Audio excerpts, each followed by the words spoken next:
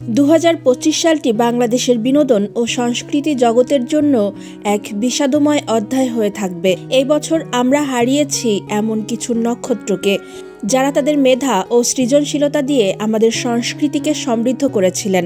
লোকসঙ্গীতের রানী থেকে শুরু করে চলচ্চিত্রের কিংবদন্তি অভিনেতা এবং ব্যান্ড সঙ্গীতের প্রাণপুরুষ অনেকেই এবছর পাড়ি জমিয়েছেন না ফেরার দেশে।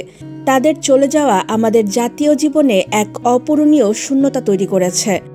অঞ্জনা সুলতানা, চিত্রনায়িকা, 4 জানুয়ারি 59 বছর বয়সে মৃত্যুবরণ করেন।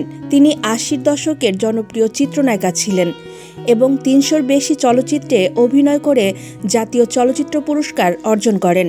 প্রবীর মিত্র, কিংবদন্তি অভিনেতা, 5 জানুয়ারি 81 বছর বয়সে মারা যান তিনি।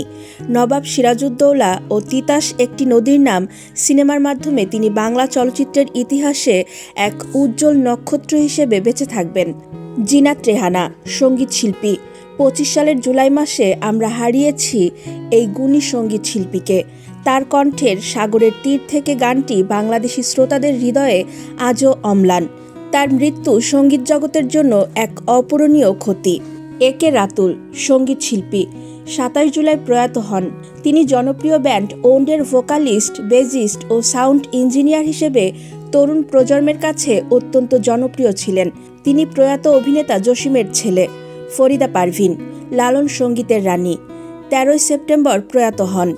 21-এ পদকপ্রাপ্ত এই কিংবদন্তি লালন সঙ্গীতকে বিশ্বের দরবারে এক অনন্য উচ্চতায় নিয়ে গিয়েছিলেন।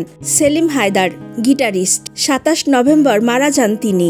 জনপ্রিয় ব্যান্ড ফিডব্যাকের গিটারিস্ট হিসেবে তিনি বাংলাদেশের ব্যান্ড সঙ্গীতের ইতিহাসে এক অবিস্মরণীয় নাম। জেমস সুমন, সঙ্গীত শিল্পী, 28 নভেম্বর হৃদরোগে আক্রান্ত হয়ে মারা যান। তার গাওয়া একটা চাদর হবে গানটি তাকে গ্রাম বাংলার প্রতিটি মানুষের কাছে পরিচিতি দিয়েছিলেন।